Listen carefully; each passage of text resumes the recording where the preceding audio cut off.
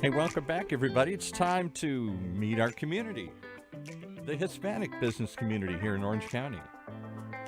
Powered by the Orange County Hispanic Chamber of Commerce and Orange County's only community radio station, OC Talk Radio.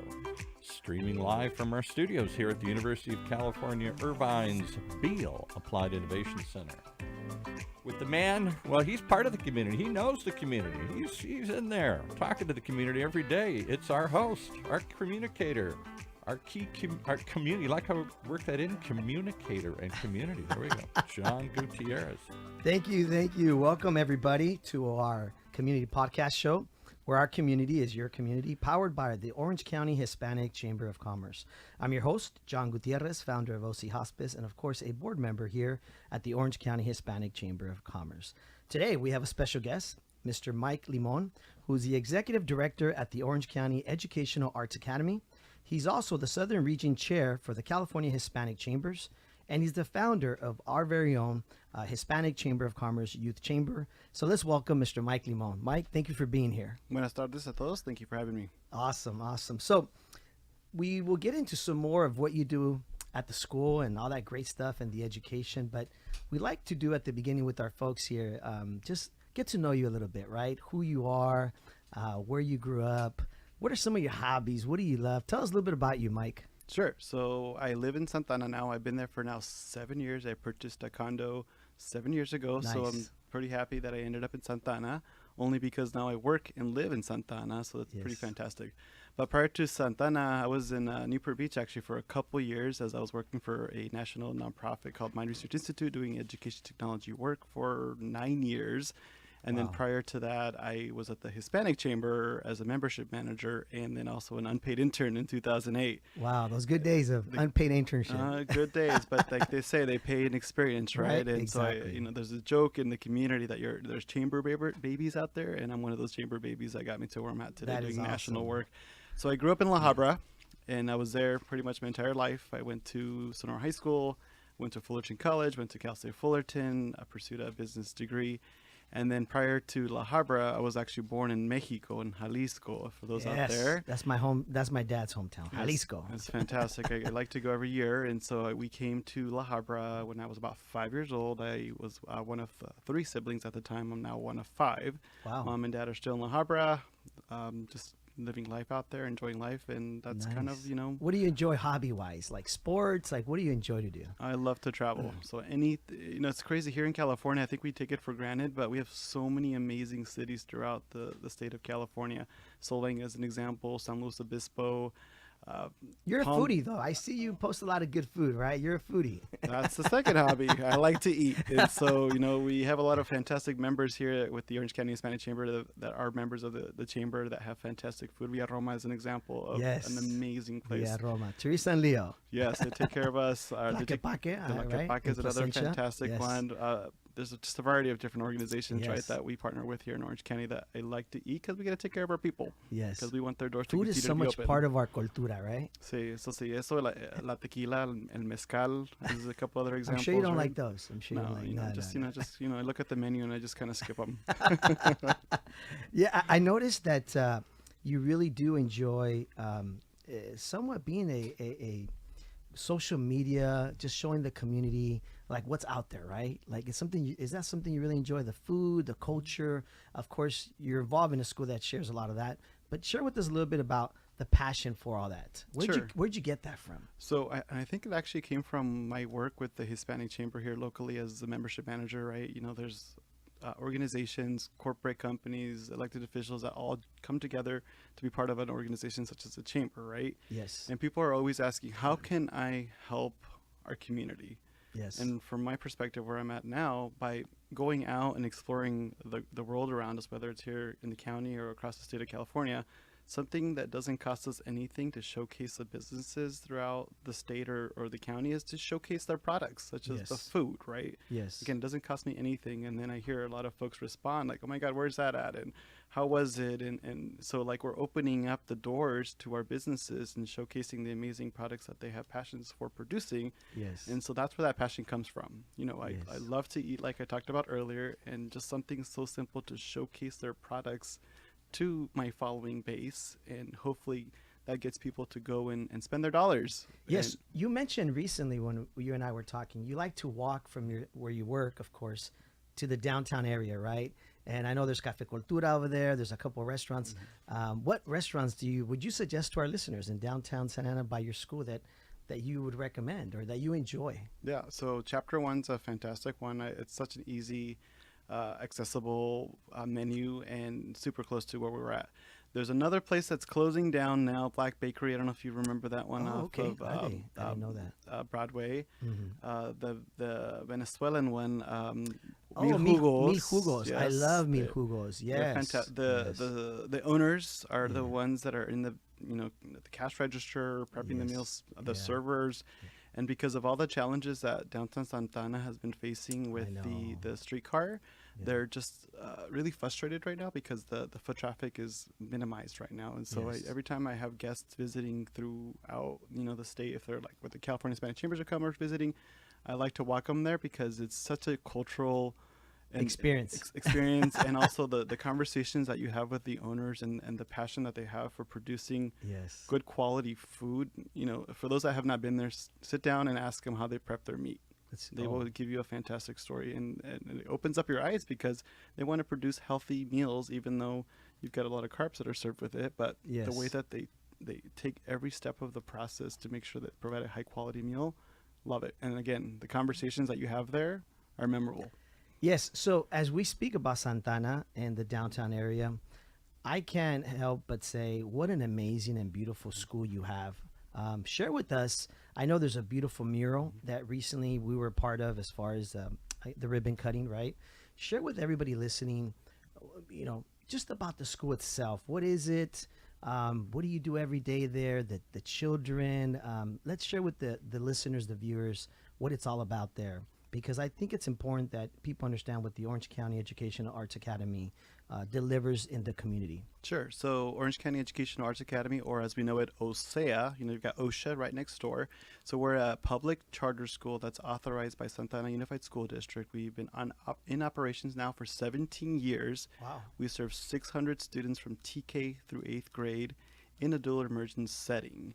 And so one of the unique things that we're doing is we're celebrating the Spanish Mexican culture through language, through celebrations throughout the school year, like Dia de los Muertos is another example. So we're uplifting the Mexican culture in our school with our 600 students, our parents that are involved. And so for me, my day-to-day could vary depending on the needs of the students or our staff.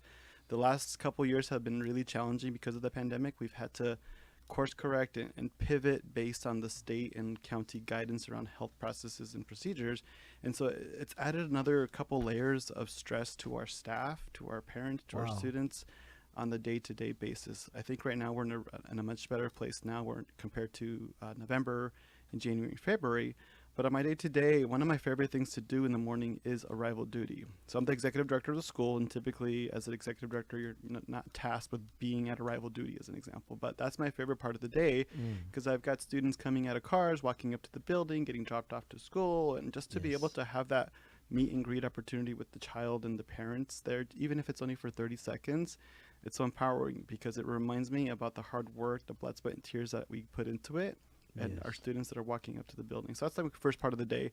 Throughout the school day, I'm doing a variety of different things. So I'm tasked really with operations, managing our nutritional services team, our after-school team, our office team, recruiting for students, our marketing of the school, compliance and accountability to the Santa Ana Unified School District, Orange County Department of Ed, California Department of Education. Wow.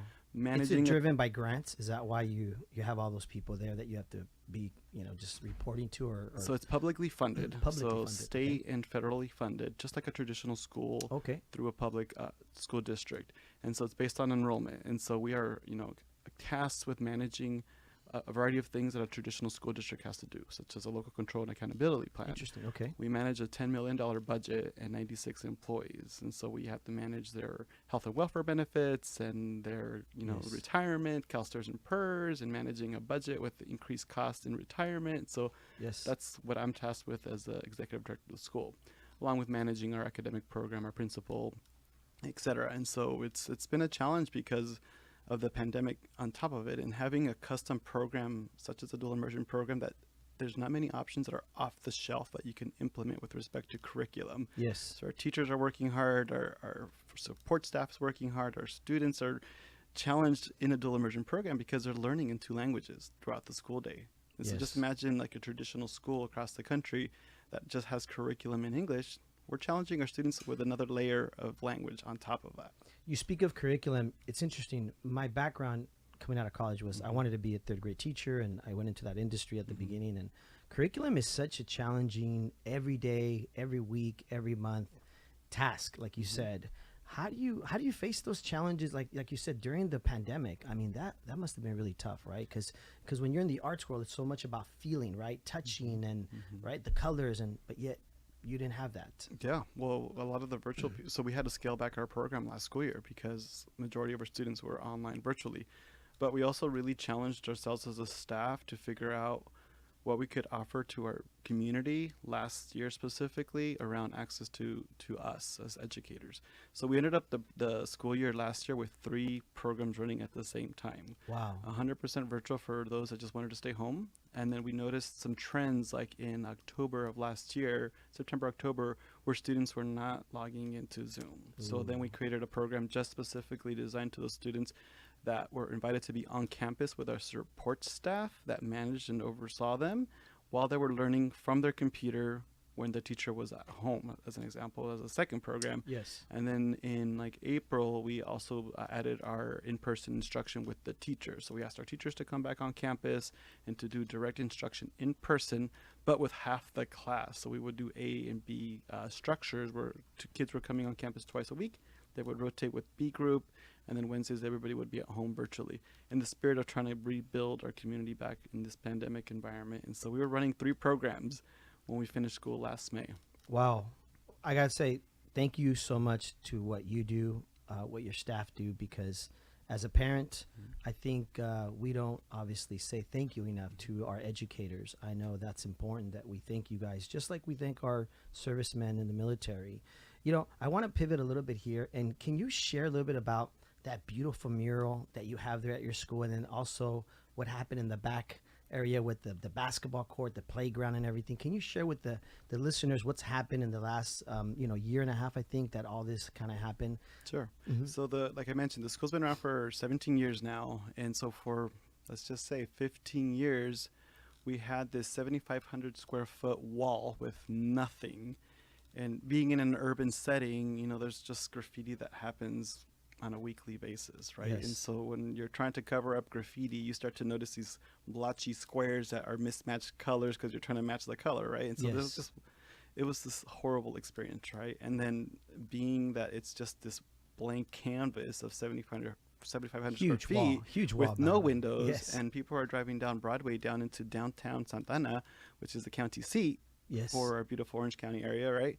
Nobody really knew what we were all about. And so one of the tasks from our community, our staff and our parents, was, can we do something creative on that wall to showcase the work that we're doing behind these closed doors, right? Yes. That people don't know what's going on, right? And so for a couple of years, we were trying to figure out, you know, a funding source to make this happen. And so we were working with Brian Peterson, which is a local artist here that has an organization called Faces of Santa Ana, which is where he started his work, and then he ended up doing these Faces of Santa Ana in different cities across the country. He is now in Florida, and so he's left us here in California, unfortunately, but he's still doing national work. I got to meet him, real humble gentleman. Fantastic artist. Yes, fantastic artist. And so, so we were chatting with him for a couple of years while we were trying to find the funding source and like just trying to figure out ways on how to incorporate our students' voice, our parents' voice, our staff's voice on what kind of a design we wanted. So anyhow, so fast forward to like a year past that conversation, he was in conversations with a college friend of his by the name of Ruth. And so Ruth Prentice, and so she was on a run one day, and during the last 3 years, there's been a lot of civil unrest across the country, politically, and with a lot of the things that are going on. Yes. As an example, George Floyd, right? And so she's like, what can I do to help our community with the visual that represents unity? Exactly. And so she's like, I'm willing to fund the mural. Wow. The only ask I have is that you guys incorporate 3 colors.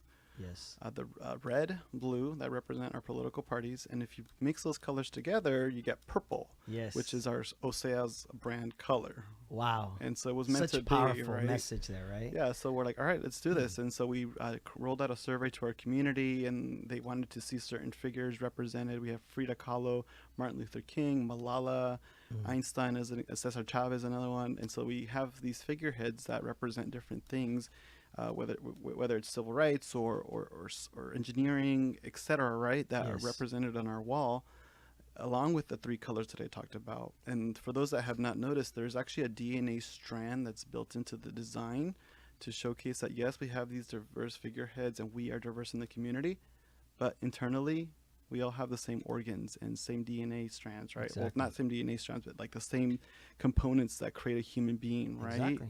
In the interior. The equality, right? Even though the colors are different on the Yes. outside and different ways of thinking, right? So we wanted to showcase that we as humans are constructed That's beautiful, man. the That's same, beautiful. right? Yes. But we have different mindsets and come from different backgrounds, right? And then there's the famous, you put your hands together and you create a corazon. Yes, the heart. And, yes. and in the middle of that heart, you see the Santa Ana water tower there featured as well. And so it's just a fantastic piece to showcase that we should be united as a community. Yes, there's challenges, and yes, we battle it in the workplace or organizationally, but we all want the best for our communities, right? And so that's what that mural represents. Yes, I gotta tell you, when I saw that mural, it really hit home for me, being a native of Santana. And my dad was a bracero when he came here to this country from Jalisco. And he told me many stories. So for me to drive by there and see Cesar Chavez, who was part of my dad's, just when he came to this country and he worked out as a bracero, it really hit home seeing that big photo of Cesar Chavez there, because I didn't learn about who Cesar Chavez was until I got to college. And a lot of our kids, unfortunately in Santana, sometimes don't make it to that level, right? And so they don't get to learn who Cesar Chavez was. So just the mural itself is just beautiful. If anybody hasn't seen the mural, we invite you to go drive down there. It's on Broadway, right? Broadway and Civic Center. Civic It Center. got voted best of 2020 by Orange Coast Magazine to see and do. That is, congratulations. Thank That you. is awesome. And then there's the playground that you guys incorporated. Tell people a little bit about that playground. It was beautiful the Yeah. way it was put together. That was also about a 2-year project. And so one of our parents, Flor Barajastena, brought a couple professors from UCI, Andres Bustamante as one example, to the table to talk about some of the work that they were doing nationally around STEM and beautifying play spaces that are educational and also just breathtaking to look at, right? And so again, we partnered up with Brian Peterson, did the survey thing again, and basically it's about 10,000 square feet of artwork that was installed over It's the so summer. bright, so vibrant. I Yeah. love it. And there's also a leader that's represented back there, Silvia Mendes. Yes, that's And right. So her family fought to desegregate schools here in Orange County, because here with the Orange County Department of Education, there were schools that were labeled as Mexican schools.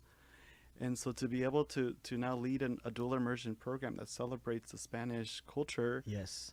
and represent Silvia Mendes and the work that their family did to desegregate schools here in California, which was the first step to Yes. desegregate the nation with Brown versus Board of Education. That story of Silvia Mendes is something I encourage people to Google.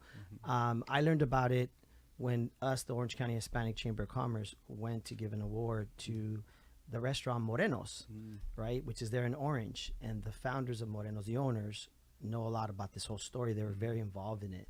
And so the owners shared that whole story with me and everything that was going on. So it's a very, very interesting story. And it's so beautiful that you guys incorporated that in your school, because now people will ask, who is this, right? What is she about? And families and people that come there. I want you to share a little bit about, you are one of the founders, or the founder, if I'm correct, of the Orange County Hispanic Chamber of Commerce Youth Chamber, right? How did that come about? Where did that come from? How did that, grow? Where did the seed start? Sure. So in 2008-9, when I was the unpaid intern Unpaid intern. at the Hispanic Chamber here locally, and I have to start with thanking Priscilla Lopez, which was the then CEO of the Orange County Hispanic Chamber, and Richard Porras, which was with AT&T. Both of them were brainstorming or talking about the missed opportunity with bridging the upcoming leaders through local universities that were getting ready to graduate and didn't really have access to the business community, such as the Orange County Hispanic Chamber, and all the members that are already part of the Hispanic Chamber that are doing fantastic work in the county, right? There was a disconnect there. So they wanted to build a bridge Yes. between the upcoming young leaders, if you will, and the more seasoned, as we call them. Yes. And so they were trying to figure out how to do this, and then they pulled me into the conversation, and little by little, I basically became an evangelist, and we built a board of directors, youth board of directors from UCI, Cal State Fullerton. I think we had some from Santa Ana College, and there was about 6 or 7 of us, and we just sat at a table and we're brainstorming. What are we going to call it? We're going to call it the Junior Chamber. We came up with the mission statement, the logo, the program, right? Because it comes with a series of roundtables, right? Flash forward 13 years later, this organization under the foundation here with the Hispanic Chamber has given over $100,000 of scholarship money away. You know, that's one piece, but the access to the leaders, the access to the California Hispanic Chambers of Commerce CAPS program, which is another leadership program for students. It's like a boot camp. Yes. And so there's just so much amazing work that has come out of Well, that. you developed a program that I think is a great mentorship program, right? Aside from just having people around there, hopefully these young youth chamber leaders, I've had the privilege to meet many of them, and you know, thank you for creating that, for developing that, because I think it's created a platform for them. Like you said, what your vision was then is definitely being rolled out, right? And I know we only have a few minutes here. Mike, what would you like your listeners to know, you know, as far as how you can be Mr. Mike Limon one day running a school? You know, what is the advice you would give a lot of the young listeners listening out there, whether it's youth chamber listeners, whether it's our members, whether some of your students at your school that may watch this video or listen to this podcast? You know, what makes Mike Limon who he is? I guess 2 things. Just this week, I was talking to a couple colleagues at the school about my approach to leading, and that is with a smile on my face, regardless of all the problems that come up, because it doesn't matter what organization, private or public, nonprofit, whatever you work at, you're always going to be faced with challenges because you're working with people, and working with people is challenging because we all have different ways of thinking and communicating, right? So regardless of the issues, I just put a smile on my face and keep marching forward. And the other thing is working on your problem solving skills. I recommend that day one, because that has gotten me to where I'm at today. Challenges, opportunities have been given to me, and I take them with a smile and I problem solve the heck out of them, and I just keep marching forward. Well, Mike, we want to thank you for being such a great community leader, being part of our Hispanic Chamber of Commerce, of course. Thank you for all you do for the children in the community. You're a true hero in our community. Again, folks, we're with Mike Limon. We want to thank him. He's the executive director at the Orange County Educational Arts Academy. He's also the Southern Region Chair for the California Hispanic Chambers, the founder of our youth chamber. We'll have him back one day and talk more about the California Hispanic Chamber. I know there's a lot going on there, but the show is coming to an end, and I just want to make sure we let our listeners know that our Stray Awards is coming up May 7th. You can get more information about that at our website at ochcc.org. We also have a job board that we've developed at our website for you to be able to find a job for any of your students, people in the community that are looking for a job. You can go on our ochcc.org website, and you could also go on our foundation really website for the chamber, which is of course our OCHCC Instagram that has all of our information there. So folks, let's thank our special guest, Mr. Mike Limon. Thank you for joining us again. Our community podcast show is all about our community, and we want to thank everybody for listening. Where our community is your community. Thank you, Mike. Have a blessed day. Gracias.